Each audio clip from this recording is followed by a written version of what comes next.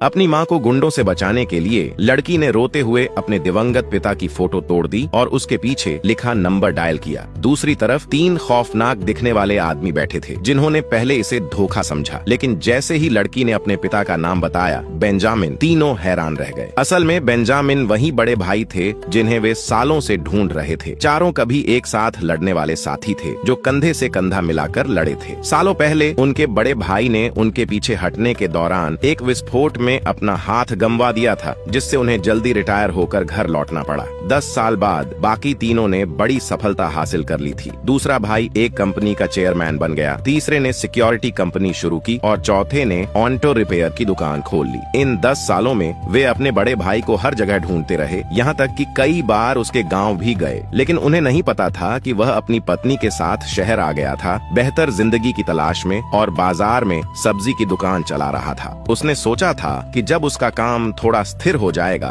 तब वह अपने भाइयों से संपर्क करेगा, लेकिन किस्मत को कुछ और ही मंजूर था। 1 साल पहले उसे लाइलाज बीमारी का पता चला और इलाज का भारी खर्च इस पहले से संघर्ष कर रहे परिवार पर टूट पड़ा। इलाज के लिए उसकी पत्नी ने लगभग सारी बचत खर्च कर दी और उनकी समझदार बेटी रोज पैसे के लिए बोतलें इकट्ठा करने निकल जाती थी। अपनी पत्नी और बेटी को दिन ब दिन कमजोर होते देख वह उन्हें और बोझ नहीं बनना चाहता था। एक दिन जब उसकी पत्नी फोन करने बाहर गई, उसने अपनी बेटी को पास बुलाया और कहा कि अगर कभी ऐसी मुसीबत आए जिसे वह संभाल न सके तो फोटो के पीछे लिखे 3 चाचाओं को फोन करना। आखिरी बात कहने के बाद उसने बेटी को एक सेब लाने के बहाने भेज दिया, लेकिन जब वे सेब लेकर लौटे तब तक वह खिड़की से कूद चुका था। पत्नी ने अपने दुख को दबाकर अंतिम संस्कार की तैयारी की, लेकिन उसी दिन बाजार का मैनेजर अपने आदमियों के साथ वहाँ आ धमका। वह काफी समय से उस औरत पर नजर रखे हुए था। अब जब उसका पति नहीं रहा तो उसे कोई झिझक नहीं थी। मैनेजमेंट फीस का बहाना बनाकर उसने धमकी दी, या तो कल तक पैसे दे दो या उसकी बात मान लो। कुछ पड़ोसी जो विधवा और अनाथ को परेशान होते नहीं देख सके, उन्होंने मिलकर पैसे जुटाने में मदद की। औरत को लगा कि पैसे देने के बाद वह शांति से काम कर पाएगी, लेकिन मैनेजर रुका नहीं। उसे झुकाने के लिए वह हर कुछ दिनों में लोगों को भेजकर परेशान करता, हेल्थ इंस्पेक्शन के नाम पर भारी जुर्माना लगाता और पैसे न देने पर दुकान तोड़ने की धमकी देता। यह दुकान ही उसके पति की आखिरी निशानी थी। इसे बचाने के लिए वह हर जगह से उधार लेने लगी, लेकिन जुर्माने की रफ्तार के सामने वह कभी समय पर पैसे नहीं जुटा पाती। आधे महीने बाद मैनेजर का धैर्य खत्म हो गया। उसकी विनती को